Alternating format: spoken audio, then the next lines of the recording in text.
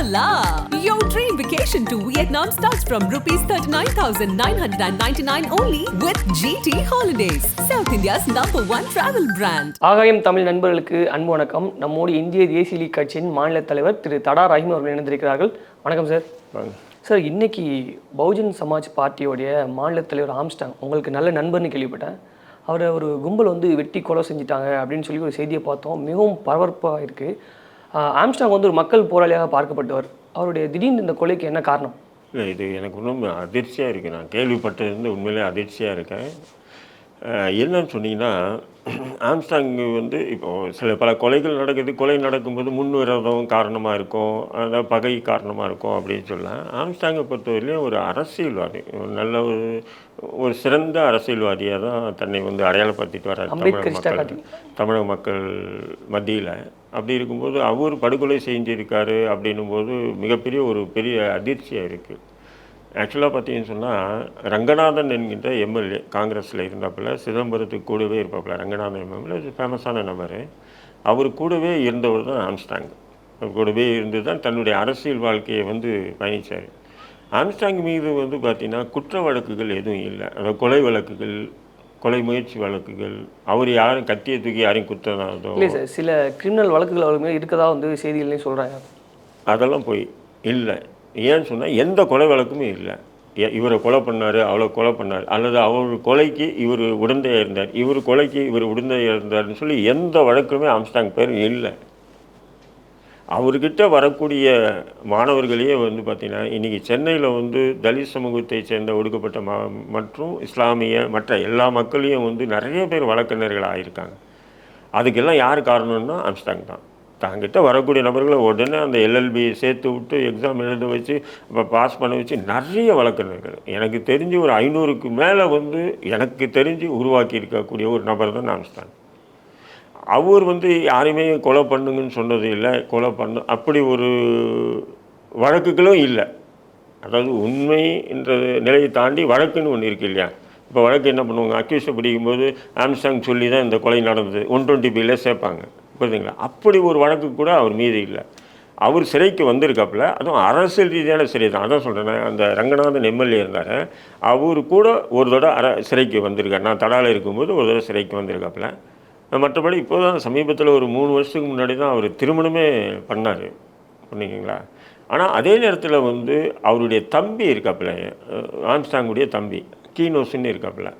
அவர் ஏழுமலை நாயக்கர்னு ஃபேமஸான நபர். ராயபுரத்தில் ஒரு நேரத்தில் மதிமுகவில் இருந்தார். மிக முக்கியமான நபர்.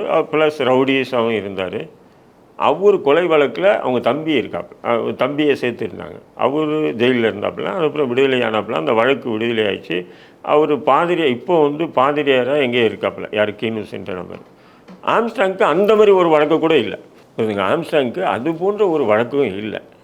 ஆனால் ஆம்ஸ்டாங் கூட இருக்கக்கூடிய நபர்கள் சில பேர் இப்போ உதாரணத்துக்கு என்ற தென்னரசு ஒரு 1.5 வருஷம் 2 வருஷத்துக்கு முன்னாடி கொல்லப்பட்டார். அது தொழில் போட்டி அப்படின்னு சொல்லிட்டாங்க. அது 2 தரப்புலையும் நடந்த ஒரு தொழில் போட்டி. ஆனால் அந்த நபர் ஆம்ஸ்டாங் கூட இருந்த நபர். தொழில் போட்டின்றது தான் அந்த கொலை நடந்தது. அதன் பிறகு அவருடைய என்ற தென்னரசுடைய தம்பி தான் பாம் சரவணன்னு சொல்லிட்டு, அவரும் ரவுடி லிஸ்ட்டில், ஹிட் லிஸ்ட்டில் இருக்கக்கூடிய A1 கேட்டகரியில் இருக்கக்கூடிய ஒரு நபர். அவர் தன்னுடைய அண்ணனை போட்டவங்களை போடுறதுக்கு உண்டான முயற்சிகள் பண்ணுறதா அரசியல் புரோசலான தகவல்கள் தானே தவிர அது எவ்வளோ உண்மை, அது நம்ம அதாவது அந்த ஒரு இதுதான் தெரியுமே தவிர மற்றபடி எனக்கு தெரியாது. ஏன்னா எப்போவுமே அண்ணனை போட்டதுக்கு பதில் போடுவாங்க, அது ரவுடிஸ்லேயே உள்ள ஒரு இது அது. பட் ஆம்ஸ்டாங்குக்கு அதுக்கும் சிறிதும் சம்மந்தம் இல்லை. அப்படி இருக்கும்போது ஒரு சின்ன அவர் எந்த கொலையிலும் ஈடுபட்ட நபர் இல்லை. அவர் அரசியலிலே பயணிக்கக்கூடிய ஒரு நபர். யார்? ஆம்ஸ்டாங். அப்படி இருக்கும்போது அவர் இன்றைக்கி பட்டப்பகலில் அவருடைய வீட்டு அருகிலேயே படுபயங்கரமான முறையில் படுகொலை செய்யப்பட்டிருக்கின்ற செய்தி நிச்சயமாக பார்த்தீங்கன்னு சொன்னால், இது தமிழக அரசினுடைய சட்டம் ஒழுங்குக்கு மிகப்பெரிய கருப்பு புள்ளியாகவே நான் பார்க்குறேன். இது சாதாரணமாக நம்ம பார்க்க முடியாது. ஏன்னு சொன்னால், சாதாரண நபர்கள் எல்லாம் கண்காணிக்கிறது, கைது பண்ணுறது, தூக்கி ஜெயிலில் போடுற நிலை, அரசியல் பழி வாங்கும் நிகழ்வுகள்லாம் தமிழக அரசு தொடர்ந்து தமிழக காவல்துறை பண்ணிட்டு வரப்படும்போது, ஒரு அரசியல் கட்சியினுடைய தலைவர் இப்படி கொல்லப்படுறது நிச்சயமாக காவல்துறைக்கு தெரியாமல் இது நடந்திருக்குமா அப்படின்னா மிகப்பெரிய அதிர்ச்சியாக இருக்குது எனக்கு. ஏன்னா சாதாரணமான நபர் இல்லை. ஒரு தேசிய கட்சியினுடைய மாநில தலைவருக்கே இந்த நிலைன்னா அப்போது வேறு யாருக்கு என்ன பாதுகாப்பு இந்த காவல்துறை கொடுக்கும்? கொஞ்சம் யோசனை பண்ணி பாருங்கள் சார். அவர் வந்து மக்கள் போராளியாக இருந்தாலும் சமீப காலமாக வந்து கட்ட பஞ்சாயத்தில் ஈடுபடுறாரு. அதன் மூலமாக அவருக்கு நிறைய எதிரிகள் ஃபார்ம் ஆனாங்க அப்படின்னு ஒரு பேச்சு இருக்குல்ல சார். இது வந்து அவருடைய எதிர்த்தரப்புகள் சொல்லிக்கலாமே தவிர அப்படியெல்லாம் வந்து கட்ட பஞ்சாயத்து பண்ணக்கூடிய நபர் ஆம்ஸ்டாங் இல்லைங்க. அவர் கூட வந்து இருக்காங்க. அவர் கூட வந்து ஒரு ஒடுக்கப்பட்ட சமூகத்தினுடைய உரிமைக்காக ஒரு அரசியல் கட்சி தலைவராக இருக்கார் என்பது அவர் கூட பலவிதமாக தரப்பட்ட மக்கள் இருப்பாங்க, இயற்கை. புரியுதுங்களா? அந்த மக்கள் வந்து சில பேர் ஏதாவது செய்கிறாங்கிறதுக்காக அது தலைவர் பொறுப்புன்னு சொல்லி சில பேர் குற்றம் சாட்டி போகிற போக்கில் வந்து சாணி அள்ளி வீசிட்டு போகிறது வந்து நிச்சயமாக அதை ஏற்றுக்கொள்ளக்கூடிய ஒரு விஷயம் இல்லை. எனக்கு தெரிஞ்சு நானும் வந்து இதை சென்னையில் தான் இருக்கேன். ரெண்டாவது எனக்கு பழக்கமான நபர். எப்படியாவது வந்து ஏதாவது ஒரு விஷயத்தில் இந்த விஷயத்தில் வந்து ஆம்ஸ்டாங் எனக்கு லைனில் வந்தார், இந்த விஷயத்தில் ஆம்ஸ்டாங் எனக்கு லைனில் வந்தார், இந்த விஷயம் நான் பண்ணும்போது ஆம்ஸ்டாங் எனக்கு ஃபோன் பண்ணி பண்ணாதுன்னு சொன்னார்ன்றது நமக்கு தகவல் வந்துடும் இல்லையா? புரியுதுங்களா உங்களுக்கு? புரியுது. அப்படி எதுவுமே வந்தது இல்லையே. அதனால் யாரோ அவர் மீது பிடிக்காத, அதாவது ஒருத்தர் இருக்காருன்னு சொன்னால் பிடித்தவங்களும் இருப்பாங்க, பிடிக்காதவங்களும் இருப்பாங்க. பிடிக்காதவங்க சொல்கிற கருத்துக்களை நாம் இங்கே முன்னிலைப்படுத்தி பேச முடியாது. நான் என்னுடைய இதுவே என்ன ஆதங்கமே என்னன்னு சொன்னால், ஒரு மாநில தேசிய கட்சியினுடைய மாநில தலைவர், பிரபலமான நபர், முக்கியமான நபர், ஒடுக்கப்பட்ட சமூகத்தினுடைய உரிமைக்காக தொடர்ந்து போராடக்கூடிய ஒரு நபர், இப்படி பட்டப்பகலில் அவர் வீட்டருகிலே வந்து படுகொலை செய்யப்பட்டிருக்காருன்னு சொல்லும்போது இதை சாதாரணமாக கடந்து எப்படி போக முடியும் சொல்லுங்கள்? இன்றைக்கி அவருக்கு நடந்த இந்த கொடூரம் நாளைக்கு யார் மீது கூட நடக்கலாம் இல்லையா? யாருக்கு வேணாலும் இது போன்ற நிகழலாம் இல்லையா? சொல்லுங்கள். கண்டிப்பாக. இப்போ அவர் வீட்டருகளே இந்த சம்பவம் நடந்திருக்கு. அப்போ அங்கே இருக்கக்கூடிய ஆட்களுடைய அந்த செயல் அதோடைய அப்படி சொல்லி அவங்களுடைய இன்வால்மெண்ட் இல்லாமல் நடந்திருக்காது இல்லை? இல்லை, யதார்த்தம்னு ஒன்று இருக்குல்ல. எல்லா நேரத்துலையும் எல்லாரும் விழிப்புணர்வு இருக்க மாட்டாங்கல்ல. இப்போ ஆம்ஸ்டாங்கை பொறுத்தவரையும் ஒரு திருமணத்துக்கு வரும்போது பார்த்தீங்கன்னா 100-200 பேர் வருவாங்க, அவர் கூடவே இருப்பாங்க. இல்லை, அவர் சாதாரணமாக வெளியில் வந்தாலே ஒரு 10-15 பேர் வருவாங்க. இல்லை, 50-100 பேர் கிட்ட வருவாங்க. எப்போவுமே வந்து 10-100 பேர் கிட்ட இருப்பாங்கன்னும் போது இன்னைக்கு காலையில் அவர் வீட்டில் கார் இருக்கான், காரை தாண்டி அப்படி எங்கேயோ வீட்டுக்கு முன்னாடியே தான், வெளியே கூட இல்லை, எங்கேயோ ரோட்டில் தெருவில், அதான் வீட்டுக்கு முன்னாடி யதார்த்தமாக இருக்கும். அப்போ வந்து இதை வந்து உளவு பார்த்துட்டே இருந்திருக்காங்க. இவர் காலையில் ஆனால் வீட்டுக்கு வெளியே வருவார், கேட்டாண்ட நிற்பார், இல்லை கேட்டாண்ட நின்று பேப்பர் படிப்பார், கேட்டாண்ட உட்காந்துக்கிட்டு புக்ஸ் படிப்பார். அப்படின்ற தகவல் யாருக்கோ இது உளவு அறிஞ்சு இது நடந்திருக்குன்னு போது அப்போ அந்தளவுக்கு வந்து இன்டெலிஜென்ஸ் ஃபெயிலியராக இருக்கா தமிழக இன்டெலிஜென்ஸ்? இத்தனைக்கும் அவருடைய ஆதரவாளரும் பக்கத்தில் இருந்திருக்காங்க, அவங்களுக்கு 2 பேருக்கும் விட்டு விழுந்ததா ஒரு அதான் அந்த குச்சில் போட்டு ஸ்பாட்டில், அதாவது ஒருத்தன் தாக்க வரான்னும் போது நம்ம என்ன தான் பயில்வான்னு இருந்தாலும் காப்பாற்றிக்க முடியாதுங்க. ஏன்னா அந்த சடன் அதே நேரத்தில் கூட 10 பேர் இருந்தாலும் அந்த 10 பேரும் ஆயுதம் வச்சுக்கிட்டு வரவேணா பார்த்துட்டு இருக்கிறது இல்லை, அசால்ட்டாக தானே இருப்பாங்க எல்லாருமே.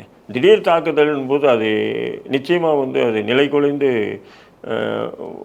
பாதிப்புக்குள்ளாகக்கூடிய ஒரு நேரம் தானே சார். அதே போல் சமீப காலமாக நிலம் தொடர்பான சில பஞ்சாயத்துகளை ஈடுபட்டதாகவும் அதன் மூலமாக முன்னுரிமை இருக்குது அப்படின்னும் பல தகவல்கள் பரவிட்டு இல்லை. நிலம் சம்பந்தமான இது இருந்ததுன்னா புகார் இருக்கு இல்லைங்க. நீ காவல்துறை வந்து தெரியாமல் எதுவுமே இருக்கு, எல்லாமே புகாராக ஆகணுன்ற அவசியம் இல்லை. புகார் இல்லாமல் கூட எதுவுமே நடக்க வாய்ப்பு இல்லைங்க. எதுவுமே ஈடுபட மாட்டேன், டைரெக்டாக ஈடுபட மாட்டாப்பில்லைங்க. இல்லை, எதுவுமே இல்லாமல் இவ்வளோ பெரிய சம்பவத்தை பண்ணுறதுக்கு துணிய மாட்டாங்க. அதுதான் எனக்கு ஒரு அதிர்ச்சியாக இருக்குது. என்னன்னு சொன்னால், ஒரு கால் அந்த என்னுடைய பார்வையில் நான் பார்க்கும்போது தென்னரசு கொல்லப்பட்டாங்க. அதன் பிறகு கூட இருக்கவங்க 2-3 பேர் கொல்லப்பட்டாங்கன்னு போது இவங்களுக்கு வந்து பாதுகாப்பு கொடுக்கக்கூடிய நபர் வந்து ஆம்ஸ்டாங் தான் அப்படின்றதுக்காக வந்து இது இந்த கொலை நடந்ததான்றது ஒரு கொஸ்டின் மார்க்காக இருக்குது. அப்படியே இருந்தாலும் இவர் வந்து ஆம்ஸ்டாங்கை வந்து நிச்சயமாக அது இந்தளவு ஒரு குரூரமாக வந்து நினச்சி படுகொலை செஞ்சுருக்கிறது வந்து நிச்சயமாக அது ஒரு ஏன்னா ஒரு ரவுடி கொலை பண்ணுறது அது சாதாரணமான விஷயம் இல்லைங்களா?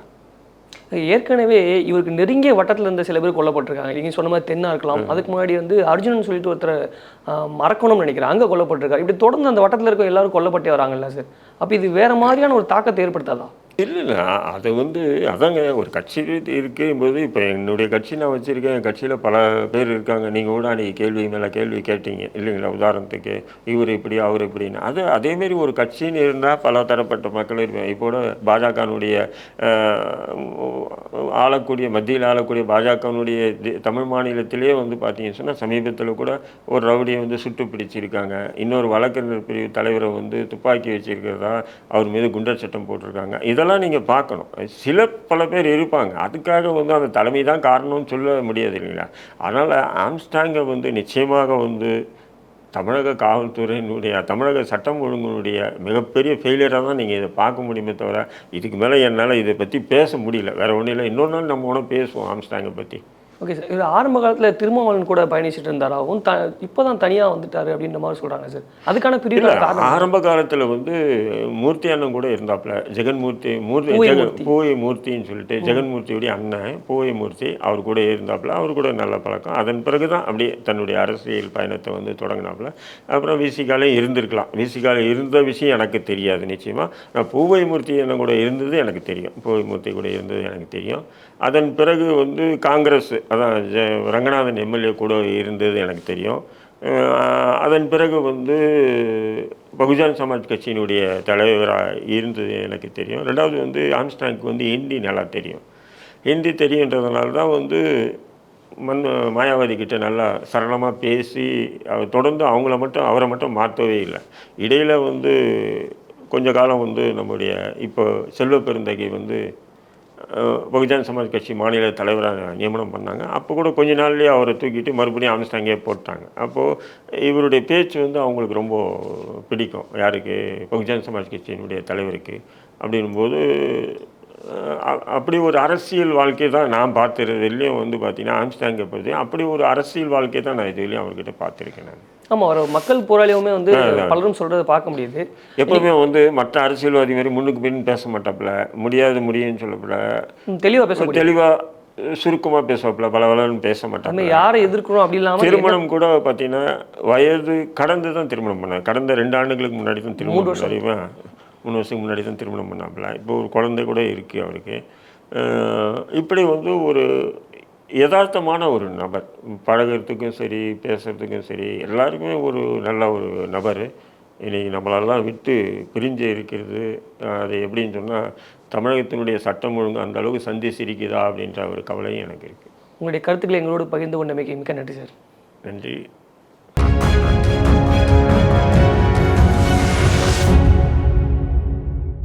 Hola!